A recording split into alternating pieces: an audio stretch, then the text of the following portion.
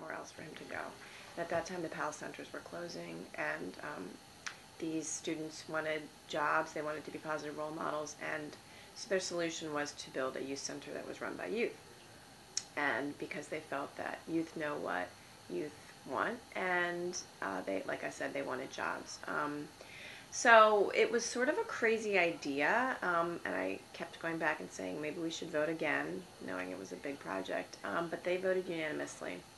And so it then became sort of an adventure.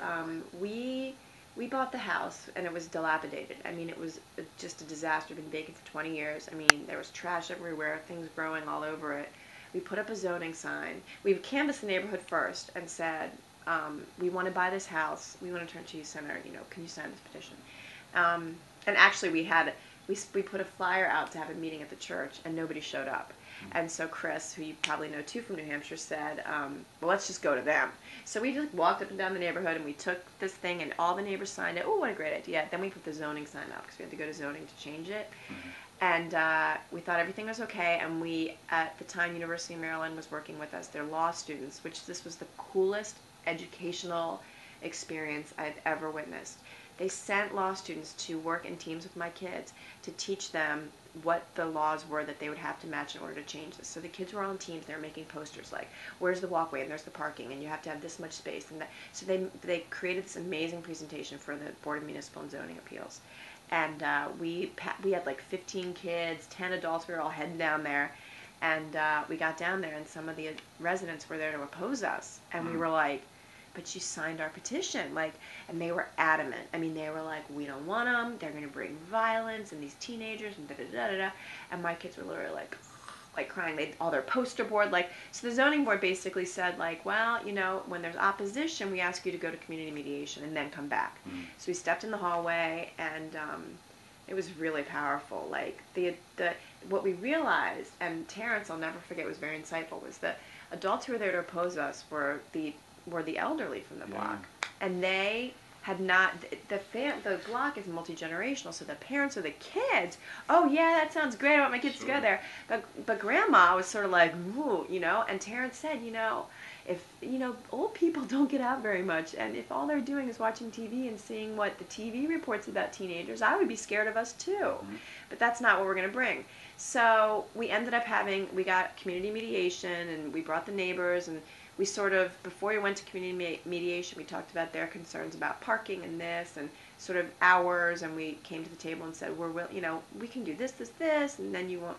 And that went pretty well, and then we went back to zoning, and they did this amazing presentation, and everybody in the room was just like the zoning board people just sat back and let the kids present, and it was the coolest things, and the kids were so empowered, and I wish I'd videotaped it, because it was so amazing how well they presented, and we ended up winning because we met the requirements of the law, but the kids after that were like, but we really didn't win because they didn't want us. I mean, they showed back up to oppose us yet again.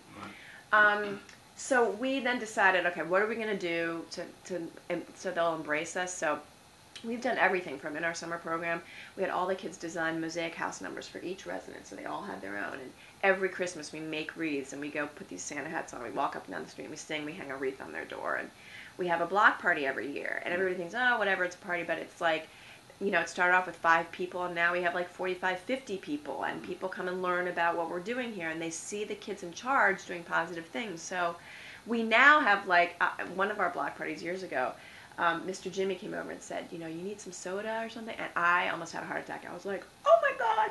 And the kids were like, the kids who hadn't been around forever were like, Miss Kay, it's really just soda. I was like, no, it's not just soda. I was like, they're embracing us. And then Miss Jean started, like, calling me because her office was giving away furniture. Do you guys need any furniture? And so they really, and Mr. Charlie and Mr. Anthony, they've totally, like, every morning when I come up, hey, Miss Chris, and they are really supportive. And actually there was some vandalism next door at the clinic because they were building their wellness center, and kids kept throwing bricks through the windows, and it was $500 every time a window broke. So I talked to my kids about it. I was like, okay, what do you think's going on? Why do you think? And they were like, well, Miss Kay, the kids probably aren't being malicious, I don't know. And I was like, how can that not be malicious, But through a series of events, like, we flyered the neighborhood, and we went and knocked on the doors, and we said, if you see something happening over there, please don't be afraid of those kids. Talk to them. Like, if you just talk to them, they'll run away, or they'll talk to you, or whatever. So we did that, and then Mr. Charlie, Mr. Anthony said, we like to play horseshoe. If you build horseshoe pits here, we will watch over both places when you're not here. Nice. So we wrote a grant to Home Depot, and they came out and helped us build these horseshoe pits. And now on the weekends, they're out there. We put a bench over there for them, and they're playing horseshoe. And, so it's like amazing, because I was always like in the classroom. Yeah. And now I see that it's just, and for the kids to see this, and for the kids to see other adults believing them. And it turns out the kid who was throwing, one of the kids who worked here ended up going to Jack, the executive director over there, and saying, well, Jack's great, he's always outside, so he saw her sitting waiting for the bus, and he would start chatting with her, and she said, I didn't know what you guys did over here until I started working at the youth center, and I think it's really great because they provide free health care for people who don't have insurance. And she said, and I know who's throwing the brick through. And he was like, oh, really? And so she told him. And he then came to me, and I'm like, oh my God, I was like one of my former kids. I'm like, why is he doing that? Like, so we got him and his parents, and they had a big talk over there, and the kid's name was Tommy. He ended up volunteering there, not just because he had to, but then after that, I'd see him in school, he'd be like, I'm going to the clinic today, Miss Gay, and he didn't have to anymore. So it was like this whole other way, and he honestly wasn't being malicious. They did not know. From that side, it looked like another vacant building, because the other side's where the clinic is, and you can't see it from this side. So he's like, it made a cool sound when I threw it through there. I just thought it was a vacant building. I didn't know it was hurting anybody. So my kids were right, and I was like, how can you not be being malicious? And they were like, I don't know, Miss Kay. Like, and I was like, oh, I guess he wasn't. Right. But what a cool learning experience for him, and then to be more aware of what's going on in his community. It's totally changed, and that's, I think, one of the biggest lessons we've learned is how to build relationships with people in the community and have them sort of trust what you're doing. And what we're really trying to do now is we have an adult GED program in here, but adults in the community really see it as, that's a place for the kids, and we really want them to feel more like it's a place for them as well, so that they can come over and take classes during the day when school's in session, but then after school be here to supervise and build relationships with kids and have more sort of adult presence here, because that's a challenge too, because it's really only me and then our community artist who's through AmeriCorps who's not here all the time. So when you get 50, 60 kids in here, it's really hard. Yeah.